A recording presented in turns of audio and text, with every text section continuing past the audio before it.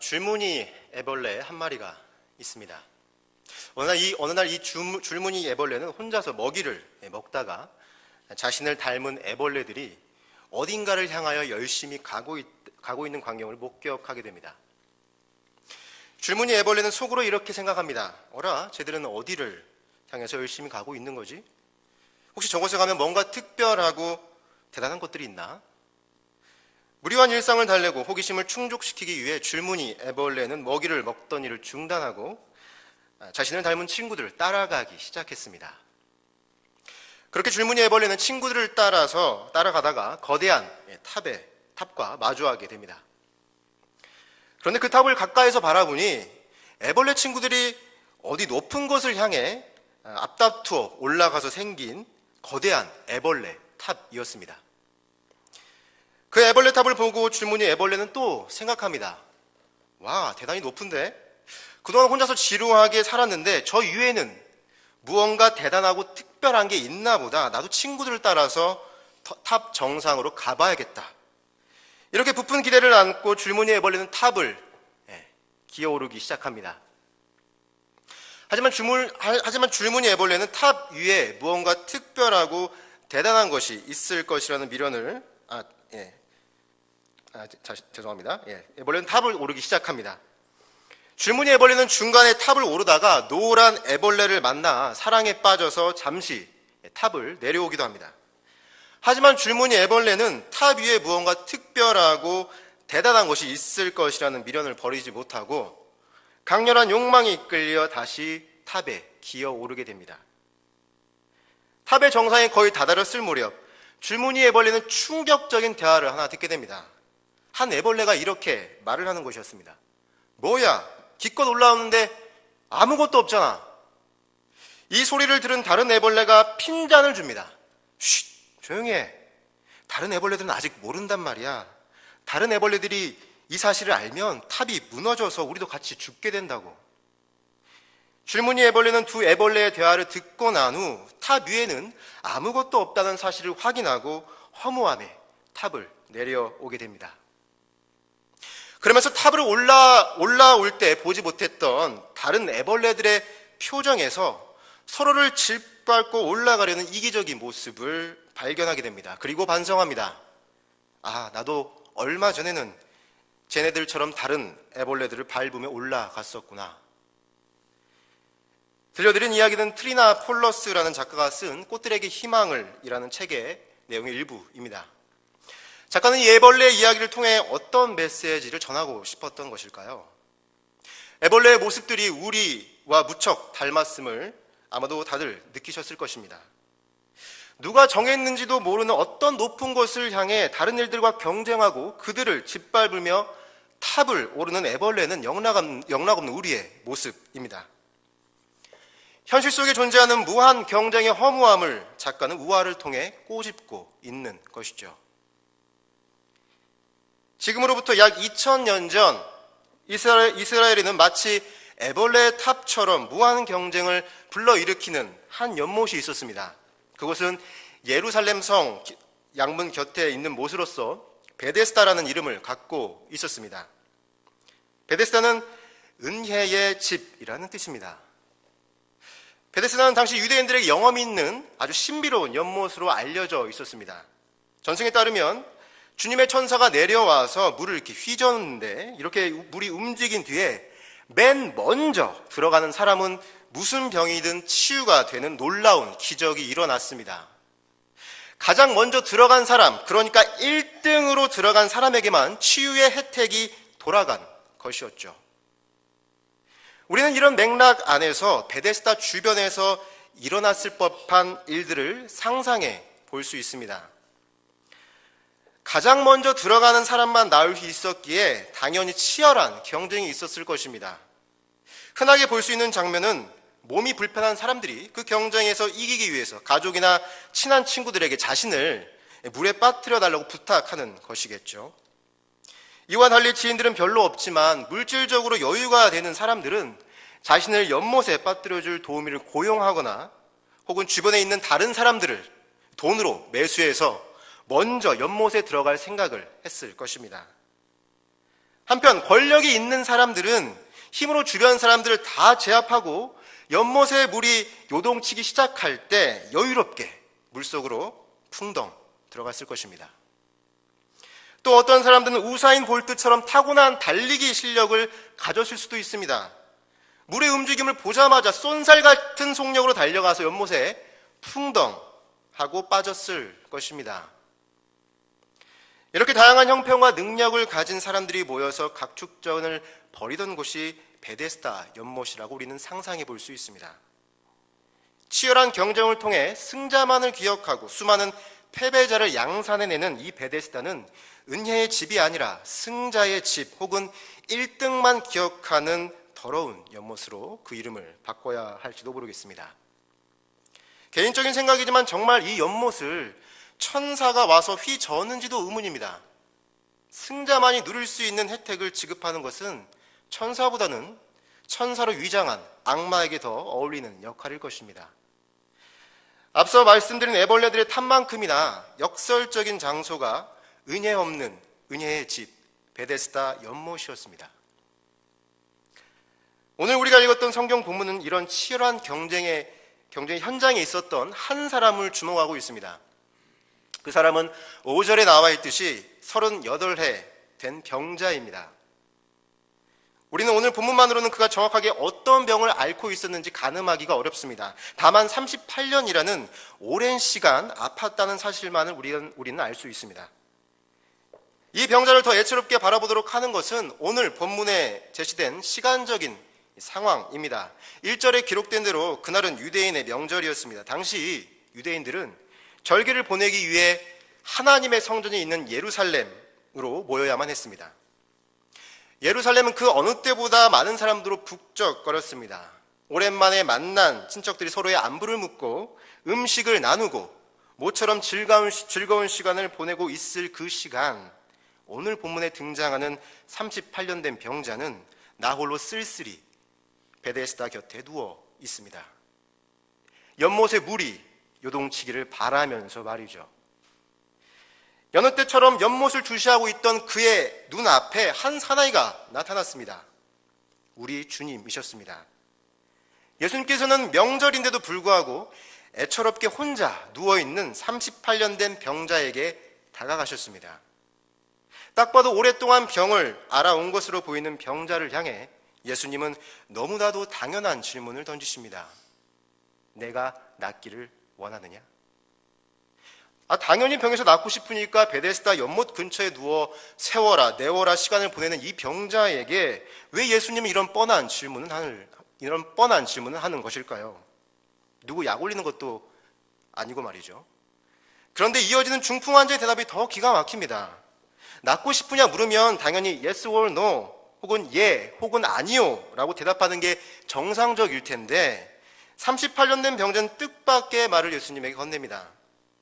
물이 움직일 때 자신을 못에 넣어주는 사람이 없어서 다른 사람들보다 언제나 한 발 늦게 연못에 들어갔다고 말입니다. 이렇게 자기를 연못에 넣어줄 사람이 한 명도 없다고 불평을 하는 것으로 보아서 38년 된 병자는 자신을 도와줄 가족이나 친구도 없고 또 돈도 없고 당연히 티끌 만한 권력도 없는 사람이었던 것 같습니다. 요즘 말로 치면 흙수저 중에 흙수저가 바로 38년 된 병자였습니다. 이 병자가 자신을 물에 넣어줄 사람이 없다고 말했을 때 그 어조에는 분함과 안타까움이 짙게 배어 있었을 것입니다. 어제나 저제나 고도를 기다리듯 자신의 차례를 기다렸지만 남은 것은 세상에 대한 원망뿐이었을 것입니다. 그는 연못에 들어가기 위해 혼자서 할 수 있는 별별 짓을 다 해보았을 것입니다. 그러나 언제나 다른 사람들보다 한 타이밍 늦었습니다. 자신보다 먼저 들어간 사람들 곁에는 늘 그들을 연못에 넣어주는 사람들이 있었습니다. 그 사람들을 보며 자신의 곁에는 자신을 연못에 넣어줄 사람이 없음을 늘 한탄했습니다. 그리고 자신의 인생은 저주받았을 것이라고 생각했을 것입니다. 그렇게 가슴속에 응어리가 있다 보니 예수님의 질문에 낫고 싶다는 대답을 하기보다는 다른 사람에 대한 원망과 신세 한탄이 자기도 모르게 툭 하고 튀어나왔던 것입니다. 그는 줄무늬 애벌레처럼 무한 경쟁의 덧없음을 아직 깨닫지 못하고 베데스다라는 경쟁 시스템에 집착하여 그 안에 들어가지 못한 자신의 처지를 비관했던 패배자였습니다. 지는 것을 싫어하고 다른 사람들의 눈치를 많이 보며 체면을 중시하는 한국 문화에서는 수많은 패배자들이 양산되기 쉽습니다. 학생들 사이에서는 서울 수도권 대학에 들어가지 못하고 지방 대학에 다니는 사람들을 지잡대, 지방의 잡대학이라고 부르죠. 지잡대생이라고 부릅니다. 직장도 대기업 이상은 다녀야 최신이 섭니다. 중소기업에서 일하면 어디 가서 명함 내밀기도 힘든 현실입니다. 사는 집과 타고 다니는 자가용도 비교 대상입니다. 아파트는 몇 평 이상에 살아야 하고 차는 적어도 몇천 cc 이상은 되어야 어디를 가도 꿀리지 않습니다. 외모 경쟁도 치열합니다. 강남 압구정의 성형외과와 피트니스 클럽은 지금도 수많은 손님과 회원들로 발 디딜 틈이 없습니다. 이렇게 사람들이 남에게 뒤지지 않는 어느 기준에 도달하기 위해 치열하게 살아가는 곳이 바로 우리 한국입니다. 누구보다 치열하게 살아가는 한국인들이 세계적으로 높은 순위를 기록하는 것이 있습니다. 그것은 바로 평균 근로시간입니다. 2014년 통계에 따르면 한국인들의 1인당 평균 실제 연간 근로시간은 2124시간이라고 합니다. OECD 회원국 34개국 가운데 멕시코가 2228시간인데요. 그 다음으로 우리나라가 길었습니다. OECD 회원국의 평균 시간은 1770시간인데요. 이것보다 우리나라는 연간 354시간을 더 많이 일하는 것으로 집계되었습니다. 가장 적게 일하는 나라는 독일로 연간 1371시간에 불과했습니다. 독일 사람들과 비교했을 때 한국 사람들은 연간 4개월이나 무려 더 일하는 것입니다. 일하는 시간도 절대 지지 않는 우리의 모습입니다. 이렇게 열심히 일한다면 다른 어떤 나라보다 경제적으로 잘 살아야 정상입니다. 그런데 현실은 그렇지 못합니다. 그 이유는 노동 생산성이 현저하게 떨어지는 데 있습니다. 한국의 노동 생산성은 OECD 국가들 가운데 하위권에 속합니다. 미국의 절반 정도 수준밖에 미치지 못합니다. 통계상으로는 분명히 한국이 다른 나라들보다 많은 일을 하고 있는데 그 성과물은 한국보다 일을 많이 하지 않는 나라들보다 적다는 것입니다. 참으로 아이러니한 사실입니다. 더 놀라운 사실은 이런 아이러니가 우리나라의 청소년들의 공부 시간에도 나타난다는 것입니다. 한국 청소년들이 일주일 공부하는 시간 몇 시간인지 아시나요 혹시? 평균 공부 시간이 일주일에 49.43시간이라고 합니다. OECD 평균이 33.92시간인데 이에 비해서 무려 15시간이나 많았습니다. 몇 년 전 저는 EBS에서 방영된 공부하는 인간이라는 다큐멘터리를 보면서 늦은 밤인데도 불구하고 불이 꺼지지 않는 저쪽 대치동 학원가들이 그 다큐멘터리 등장합니다. 그리고 그 시간까지 학원 공부를 마치고 집으로 돌아가는 밤 늦은 시간에 돌아가는 초등학생들이 등장을 하는데요. 이 초등학생들과 인터뷰를 하는 장면을 보고 참 마음이 아팠습니다. 인터뷰어가 묻습니다. 초등학생에게 왜 이렇게 늦은 시간까지 공부하니? 라고 초등학생이 질문 던지자 그들은 하나같이 이렇게 대답합니다. 공부를 못하면 친구들이 놀아주지 않아요. 아이들이 성적이 좋은 아이들하고만 놀고 그렇지 않은 친구들은 상대하지 않아요. 정말 충격적이었습니다. 당시에 저는 이 다큐멘터리 실청했을 때 당시 저는 유초등부 전도사였기 때문에 불현듯 우리 아이들이 떠올랐습니다. 저는 토요일 밤마다 그 당시에 8시 이후에 아이들에게 종종 전화를 걸곤 했는데요. 한 주간 있었던 일들에 대해서 이야기를 듣거나 기도 제목을 나누었습니다. 제가 늘 처음 아이들에게 통화를 했을 때 던지는 질문이 있습니다. 지금 뭐 하고 있었어? 라고 물어봅니다. 그러면 보통 밥 먹으려고요? 아니면 그냥 있었어요? 라고 대답을 하는데 그런데 한 친구가 2주 연속 그 시간에 문제집을 풀고 있다고 대답을 했습니다. 저번 주는 사회 문제집, 이번 주는 과학 문제집을 풀고 있었습니다. 토요일 밤인데 신나게 놀지도 못하고 문제집을 풀고 있는 그 친구가 무척 안타까웠습니다. 먼저 보았던 다큐멘터리 한 장면도 떠올랐죠. 그래서 문제를 제가 대신 풀어주고 싶어서 그 마음에 저한테 문제 하나를 내보라고 했습니다. 무슨 리트머스 이런 어쩌고저쩌고 이런 문제였는데요. 창피하게도 답을 맞히지 못했습니다. 제가 초등학교 야간을 나온 것도 아닌데 우리 친구에게 전도사의 무식함만을 드러내고 서둘러 황급히 전화를 끊고야 말았던 기억이 있습니다. 이렇게 어린 친구들이 열심히 공부함에도 불구하고 정작 학업 성취도 면에서는 다른 나라의 학생들과 비교해서 별 차이가 없거나 오히려 낮았다는 통계조사 결과가 너무나 충격적이고 아이러니합니다. 아이나 어른이나 다른 나라들보다 치열하게 공부하고 일하는 것에 비해 그 성과는 생각보다 초라하기 그지없었습니다. 그리스 신화에서 끊임없이 바위를 산 정상으로 올리는 형벌을 받아야만 했던 시지프스가 생각납니다. 바위를 떨어뜨리지 않기 위해 치열하게 살아가는 한국 사람들의 현실이 참으로 안타깝고 씁쓸합니다. 누구보다 치열하게 연못을 향해 달려갔지만 단 한 번도 먼저 못에 들어가 본 적이 없었던 베데스다의 패배자 38년 된 병자를 향해 예수님께서는 이렇게 말씀하셨습니다. 일어나 내 자리를 들고 걸어가라. 연못에 들어가지 못해서 자신과 세상을 한탄하고 있는 사람에게 예수님은 그냥 자신의 자리를 들고 걸으라는 말씀만 하셨습니다. 아니, 예수님이 진정 병자를 아끼고 긍휼히 여기셨다면 병자가 원하던 대로 그를 번쩍 들어서 물에 넣어주는 게 옳은 방법이었을 것입니다.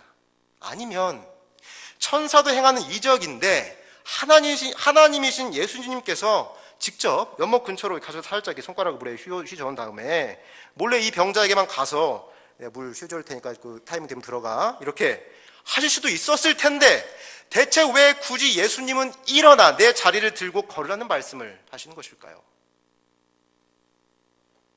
말씀드린 대로 베데스다는 은혜 없는 은혜의 집이었습니다. 베데스다가 진정 그 이름에 합당한 연못이 되려면 치유와 회복의 은혜가 가장 필요한 사람부터 우선적으로 임하고 환자 모두가 누릴 수 있는 넉넉한 은총이 베풀어져야 마땅합니다. 그러나 불행히도 베데스다 연못에는 배려와 보살핌의 원리가 아니라 철저하게 능력과 환경에 따른 경쟁의 원리만이 존재했습니다. 그 결과 많은 환자들이 상대적 박탈감에 시달리며 패배자로 남게 되었습니다. 이처럼 베데스다 연못의 현장은 병든 몸을 더 병들게 만드는 비참한 곳이었습니다.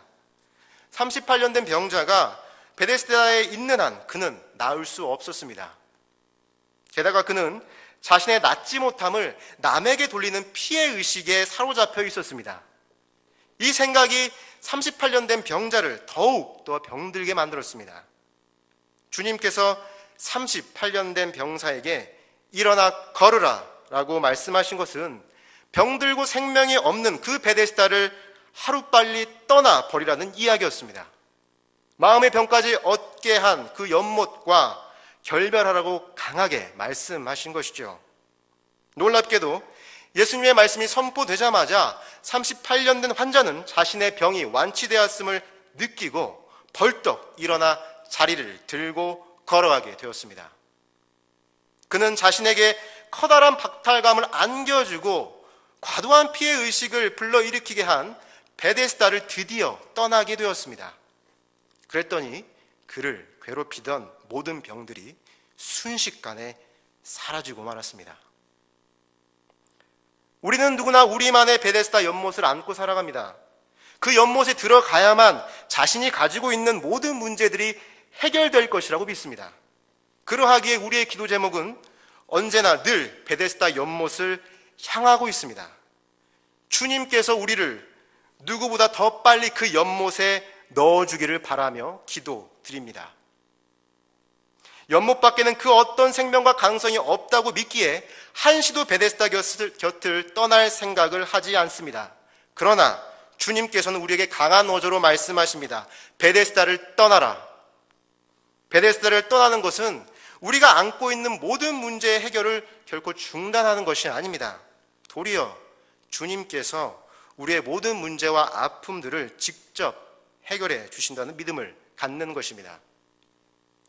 우리는 베데스다에 집중할 것이 아니라 예수님의 목소리와 말씀에 우리의 귀를 기울여야 합니다. 그리할 때 우리를 병들게 했던 온갖 문제들과 피해 의식들이 단번에 사라질 것을 믿습니다. 사랑하는 대은교회 성도 여러분, 우리는 오직 주님 말씀에 의지하며 들려오는 주님의 음성을 따라 우리가 지난하게 붙잡고 있던 그 베데스다 연못을 떠나야 합니다. 그래야만 우리의 모든 문제가 해결되고 새 생명을 얻을 수 있습니다. 우리의 대안은 오직 예수 그리스도의 말씀뿐입니다. 목자의 음성은 양들을 푸르른 목초지와 생명의 물가로 인도합니다. 마찬가지로 우리 주님의 음성은 우리를 새로운 생명의 길로 인도하여 주실 것입니다. 기도하겠습니다.